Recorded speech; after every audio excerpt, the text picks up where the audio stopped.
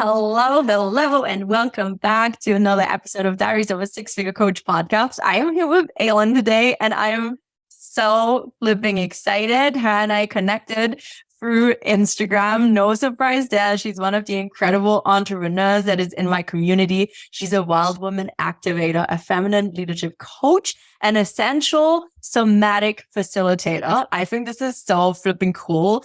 And she has an incredible podcast called the Wild Woman Magic Podcast, which you gotta check out. And I'm just so excited for you to be here and for us to have this conversation because I've just been feeling this like connection with you. And I'm like, you gotta come onto my podcast. And here you are. Well, I'm so excited. Thank you so much for having me. Your podcast is a whole vibe. I've just been listening to episode after episode. It's so amazing. And your conversations you have and your nuggets of wisdom you bring are so amazing. So I'm really honored to be here today. Oh my God, this is so nice. You know, one thing that I really found throughout my journey of entrepreneurship and opening myself up, and I'm getting like goosebumps saying that, to collaboration and to having conversations with like-minded souls and like-minded women and really embracing this community feeling that's really authentic about let's have a conversation. To have a conversation has brought the coolest flipping people into my world.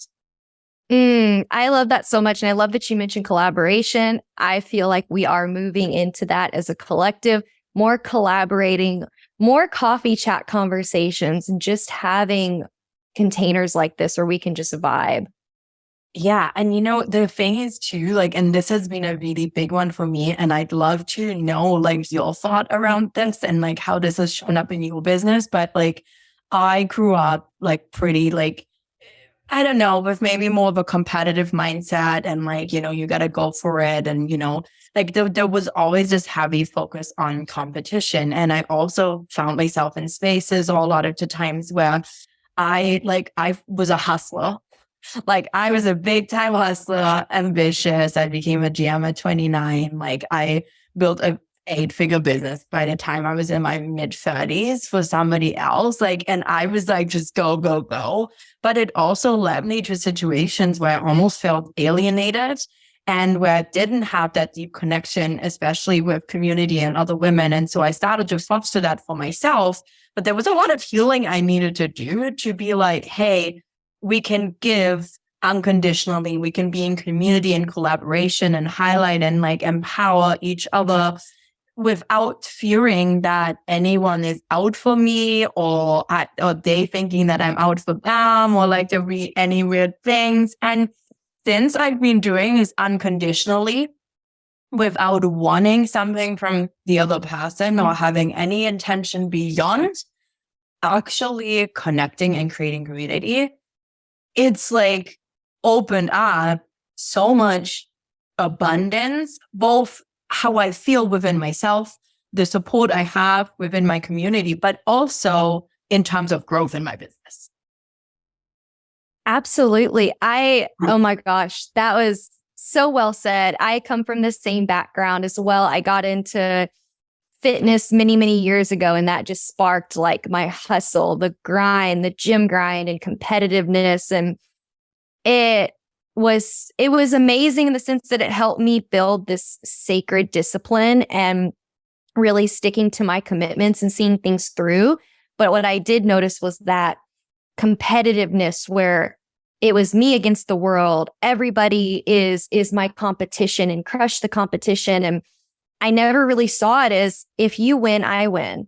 It was more of if she's winning, then I'm not good enough. There's something wrong with me and I need to do exactly what she's doing because she's winning. And it just spirals. We can really go into a deep, shadowy place. And I do think for women, it takes it back to that witch wound where we're fearful of those who are around us. Like, is it too good to be true? Is she going to do something to lash out at me? Or, is she going behind my back? Or I'm not good enough. And it really comes back to bringing those shadows to the surface, really being honest and saying, hey, this is what I'm feeling. I'm having these projections. I'm having these stories pop up.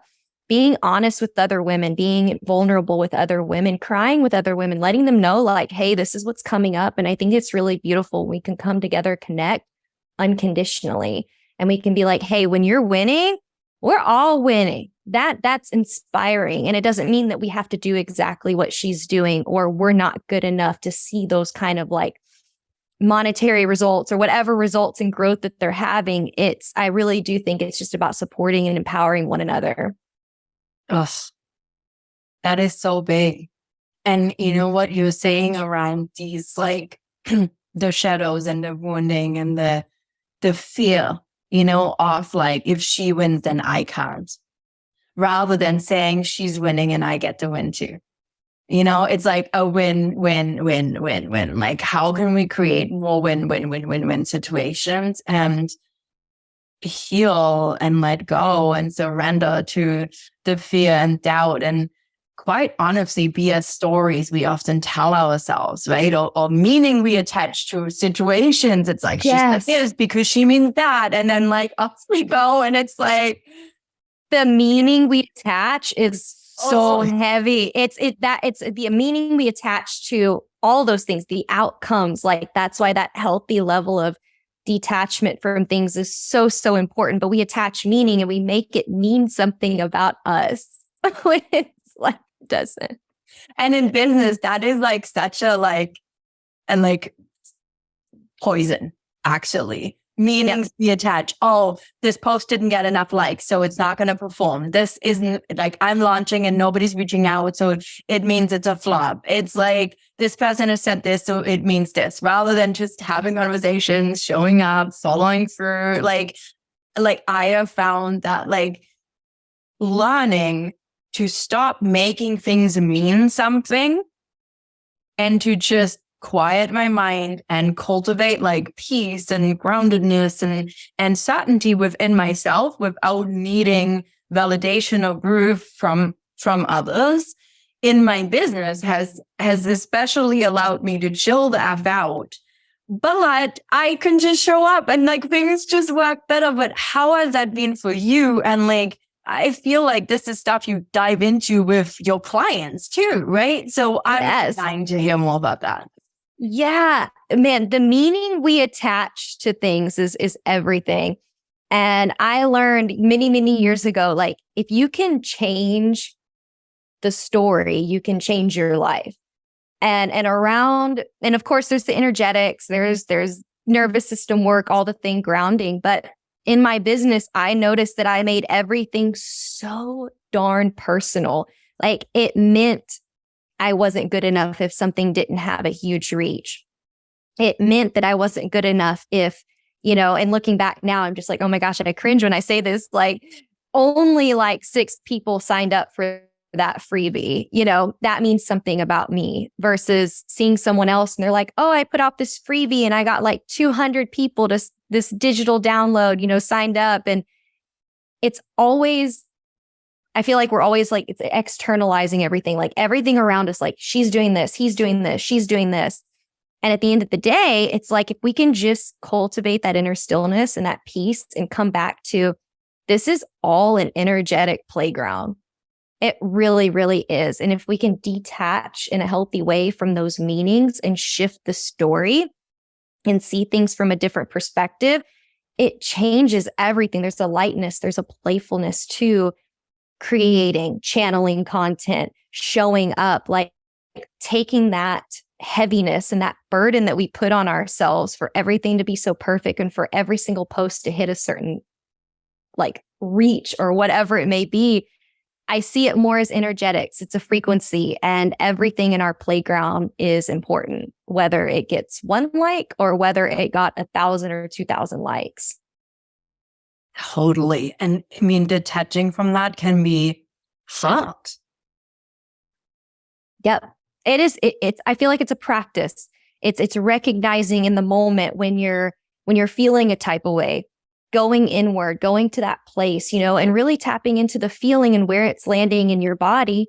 And I was just listening to a podcast the other day, and it really hit about how these practices can take like 5 or 6 minutes. And you can actually go inward, feel where it's landing in your body. You can actually attach it to an older version of ourselves. Like, who is this little girl that's like not feeling like she's winning, or she's feeling like she's being left out and not seen, not visible, and nothing's working, and just allowing her to speak, allowing her to be, validating what she feels. And sometimes that's really it. It's awareness. And it's like, okay, this has been locked inside. I can release this. And now I can shift. And now I can actually respond differently next time. It is so powerful when we're learning this practice. And I love that you said, when you change your story, you change your life. That's actually how I opened the chapter of my book that I wrote a few years ago with that quote. So I really, really relate to that. And I would love to know, how did that inspire you to change your story? And how has that transpired for you in your entrepreneur journey? Oh man, I had a lot of stories running in my I have a lot of stories running in my head. I would say one of the main ones was putting other people on a pedestal, like not seeing myself as the leader, not seeing myself as good enough. And one of the most amazing things I ever did for myself was I invested into understanding like shadow work and all the things. And so when I started to understand that I was minimizing myself, I was downplaying, I was making myself smaller, and I was actually not building credibility and trust with my community because I was tiptoeing around my leadership for so long. I didn't see myself as that leader. And there was a story that I wasn't like them. I'm not like these people. I'm not a unicorn. They're unicorns. And then once I started to shift that story and I really got to the root of who this was, who this past version was, where she was coming from, I started to realize, I'm like, wait a minute, I have just as every right to be great as the next person. I have every right to be a leader. I've been self-leading. And I think for me, it came when I was working in mentorship and coaching, really recognizing that I had been self-leading for years. I had been self-leading since I started my gym journey with anxiety and panic disorder. That was my personal development journey. That's like my origin story of awakening. And I'm like, I've been self-leading myself for a decade. Just because I'm stepping into a new arena does not mean that I'm not a leader in any sense of the word. So really recognizing, seeing that, and then saying, how can I take that frequency of what I've been doing and how I've been embodying that? Now I'm going to translate that over to entrepreneurship. And now it's a different hat. It's a different frequency of leadership, but it's still leadership.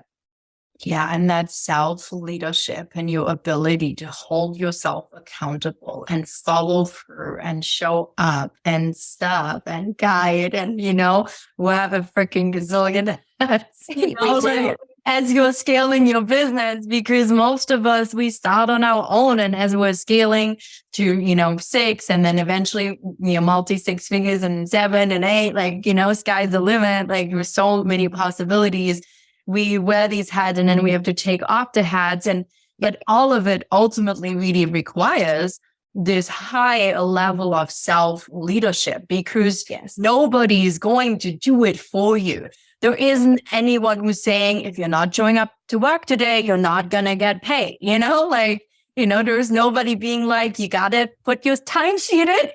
Yes, exactly. It requires a lot of self-leadership, and it also requires so much self-awareness, to be able to sit in those moments, to have the capacity to hold space. And I think if we have the capacity, deepen our capacity to hold space for ourselves, that's when you start to deepen your capacity to receive. That's when the universe is like, okay, she can hold space for this. You make space for that depth. You make space to receive. But it's like, if you can't sit in that for more than 5 minutes and really, really do that, it's like, of course, leadership is going to feel very wobbly, and it takes a lot of honesty too. And a lot of people have, even myself, I'm like, do not hold that mirror back up to me. I don't want to see that. People always have that aversion, but it's, at the end of the day, it's liberating. It's freeing. Oh my God, it's so liberating. And it's like, I found that having awareness, and even around my own shit, and I always talk about this a lot. So anybody who's been listening, from day one, like I am like, I call BS on me like a lot because, you know, we all do it and we're on this journey and the reality is like, it doesn't end, you know, like it doesn't end in this like experience that we're living. There's always going to be more lessons. And there's, you know, I always say like when you start to have the awareness and you start to learn what your traps are that you're stepping into, you can have the clarity and awareness to almost see that they might be coming. And the second you see them and you look at it, you know, when you step into it and you're like, oh, we're not doing this, right? Like we're not doing this anymore. Like we have made a different decision. But if you're lacking the awareness and that clarity, you can't. And I think this is why so often we end up stuck, right? Like in the same cycle of like not really seeing anything change because we're not willing to get that honest with ourselves. And I mean, like, it's taken a lot out of me to say, yeah, there, here, this, that, you know, like, like and in entrepreneurship, you know, if things don't go the way that you want them to, I have found that 99% of the time, it comes down because you didn't actually follow through with the things that you said you were going to do, or you avoided saying that you're going to do things in the first place so you can save yourself from the disappointment that you possibly are going to experience when it's not going to happen, just to sit in the disappointment through the entire time. And it's like, this is crazy. Like you're basically living what you don't want. And or you're like, well, I wanted to do all this, but I didn't fucking do it. And so it didn't, nothing could change because I didn't actually show up for it to be able to be changed. Exactly. And it's our mind too our mind is so powerful, but we are also extremely powerful as well. So it's like we're understanding that if you're already going into something thinking this isn't going to work, your brain is going to continue to seek evidence that it's not working. That evidence is going to look like you posted about it. You did a story about it. There wasn't much traction. Your brain is going to zero in on, hey, there was low engagement on that. See, it's just not going to work. And I find that we react so much to like things aren't changing, things aren't working. We keep reacting to those same things over and over again. So of course that experience is going to keep being the same over and over again. So when we don't react, we change, we shift, we change the story. We end up responding, which responding is so different than reacting. And then we're like, oh, hey, things are clearing up. I'm actually having a different outcome because you're responding and you're shifting and you're changing the action. So your brain is not focused on that anymore. It's like, oh, here's the evidence that it's actually working. And then your brain's going to pick up more and more on that. And I think there is some kind of ninjery and trickery that we really have to do with the subconscious because it is trying to protect us at all costs.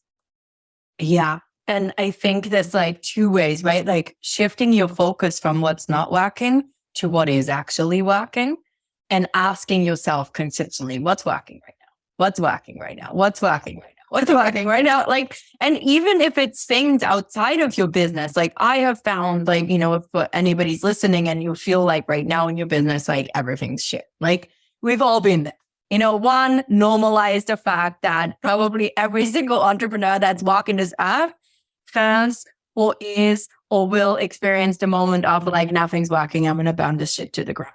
Right? I think I'm done. Yeah. But the thing is when you can, this practice, and I love that you're bringing it up on saying, okay, well, all right, now my brain is telling me that nothing's working. So what is working? And I remember for myself, sometimes it'd be like, actually, I drank 4 liters of water today. That's working. Actually, I had 3 meals a day. Actually, I had this really cool, like, you know, conversation with a friend. Like I would start to just look for everything and anything that's working, completely unrelated to just business when I was in these moments where it's almost like has you in its like grip, right? and it holds you almost like you kind of feel like you're being held hostage by like your mind. And it's really your ego just telling you brilliant stories that are so good. Like that's the thing too, like the stories and the excuses are so good that if you don't question them. Of course that post didn't reach anyone, but of course it's not going to work, right? Like, because this is just how our brain works. But when you shift that focus on being like, actually, this is working, that's working, this is working, all of a sudden you're like, oh, you start seeing everything that's working in your business again too. And then forward motion can happen again and things can come in because you're not stuck blocking it, you know? It's not like, you're not like, hang on a second, no, nothing's working right now. And it's such a vicious cycle too, because I do feel like entrepreneurship is an ebbs and flow. It's a journey, and it's really the capacity in which you can hold and self-lead and be so very aware and not make dips mean something about your worth or your leadership or your business or what you're doing. I find that it's such a playground of experimentation, and it gets to be playful. It doesn't mean it's not going to be challenging, but it gets to be playful. We're leaning in with, hey, curiosity, more, hey, observing, and really getting to understand how your flow and frequency is. And a lot of times too, if things aren't working, it's probably because you're moving through an upgrade. It's probably because you're shedding something. It's probably because maybe things that you have been doing don't work anymore, and you're trying to continuously do the same things over and over again. And they say, like, if you keep doing the same things over again and you're trying to get a different result, like you're crazy. So sometimes it's just about refinement, reattunement, like going back to the drawing board, going back to the vision board and being like, okay, what is working? And also, what's really lighting me up? Because you could be doing things that aren't lighting you up, and you're doing them because those pesky shoulds. And that could be an energy leak in your business. Totally. And, you know, one thing that I have found with that too is that, like, and that's why I'm such a, like, an advocate for putting strategies in place and systems that support you and processes that hold you. And it came down for me because I started to realize that before I started doing that, because I was like on this train of like basically after my corporate career and everything I accomplished, I was like, I don't need strategy. And well, it didn't really work for me, but I tell you why it didn't work, because what ended up happening was that with the lack of strategy and plan and structure that I had, that just sounds like really like unsexy, but there was a wounded masculine energy there for me. And what it ended up creating was I tried to be a wild, creative, feminine energy ball that's like all over the freaking place. And like I had nothing to hold me in. And so what ended up happening is it didn't feel safe. It didn't feel safe. And because I didn't feel safe, it didn't feel safe to grow. I was constantly worried that I would like fail, you know, or like that I'd say I'd do something and then I couldn't accomplish it. And like I felt like I had set this huge expectation or stage for my life because I accomplished a lot early on. And then I was like, oh my God, what if I can't do this again? And you know what people are going to think, and I'm going to be this like big old failure. And within that, it was all this, basically I created this really unsafe environment where my little girl was like, well, free, but like at the same time, the little girl's like, you've gone mad. You've gone mad. This is not safe. You're not supported. You're in trouble. You're going to like, and then I started to realize that like, this isn't working for me. And that's when I was like, okay, well, I got to go back to my truth and what I know and what lights me up, and actually allow to be held by that masculine structure, the strategy, the systems, the planning. And it will allow me to sort of be in this beautiful vessel, you know, where I'm like guided and focused and I'm moving in a direction. And once it's there, I can be the wild woman, wild girl, feminine, expressed energy in it. But it holds me, and so it feels safe. And the second it started to feel safe, the stories were getting quieter. You know, I was able to look at them and respond to them more thoughtfully rather than reacting to them in panic. It would be like, okay, well, I see it. and there might still be fear, but it's not panic, right? Like it's a healthy way of, looking at it and an opportunity to reframe and heal rather Absolutely. than go. But that's what I found for myself, was that there was just so much, attached to that, and bringing that back together and really allowing things to work in harmony allowed me to respond. Yeah. And a lot of the work that I do, especially with the Wild Woman, it is harmonizing that masculine and feminine, those energetics. And it's not just in your personal life, but it's also your business. The masculine structure, whether you think it's sexy or not, I'm falling in love with it. I'm like, strategy is sexy, structure is sexy. You know what? Because it allows my feminine to flow. It allows my feminine to feel safe to flow. And like you said, it is the structure that holds. It's the foundation. I think of it like the masculine is that root chakra. It's keeping us sturdy. It's keeping us grounded and safe.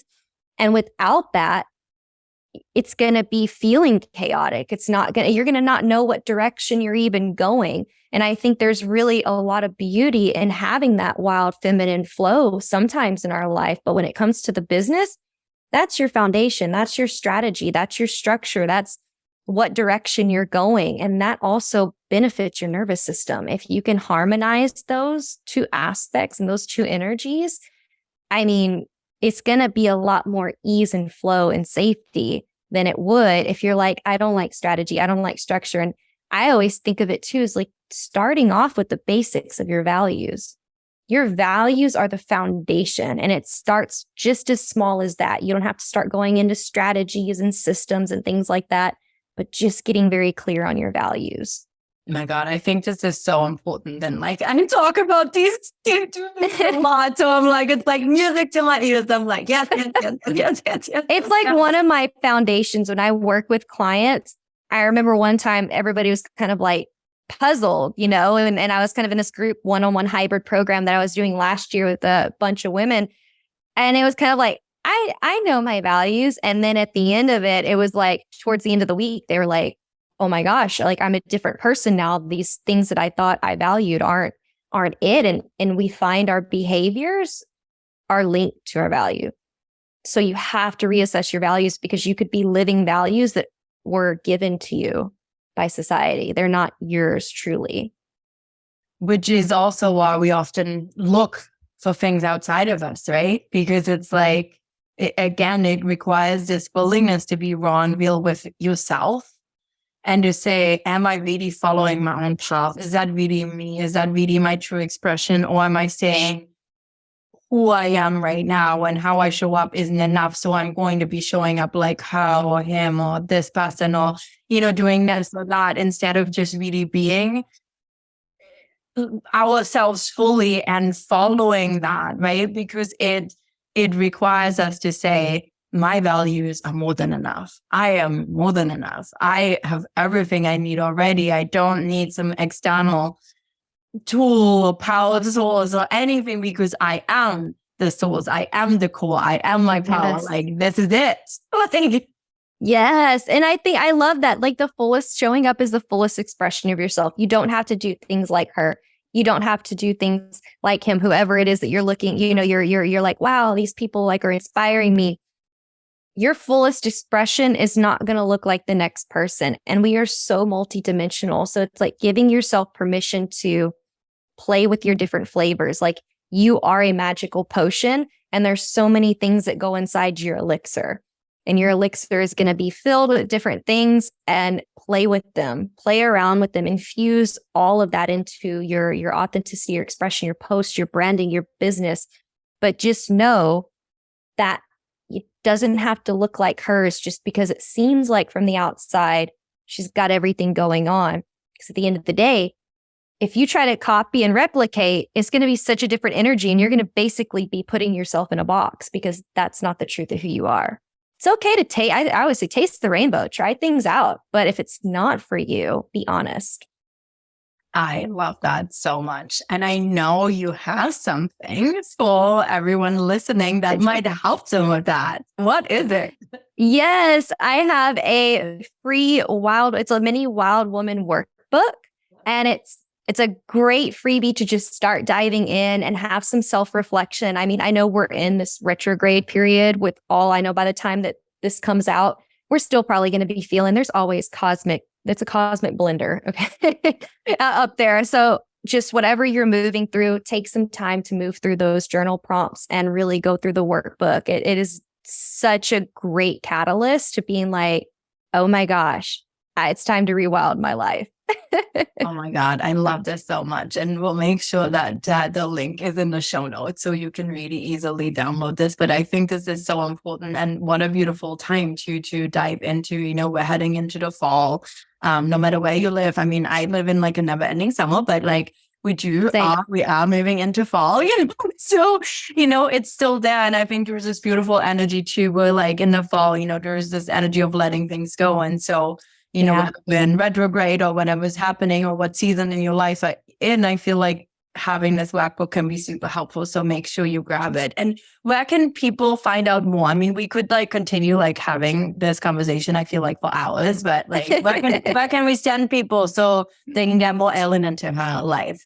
Yes. So my favorite playground is Instagram, and my handle is I am Aelin, and that's AELIN _. And that's my playground.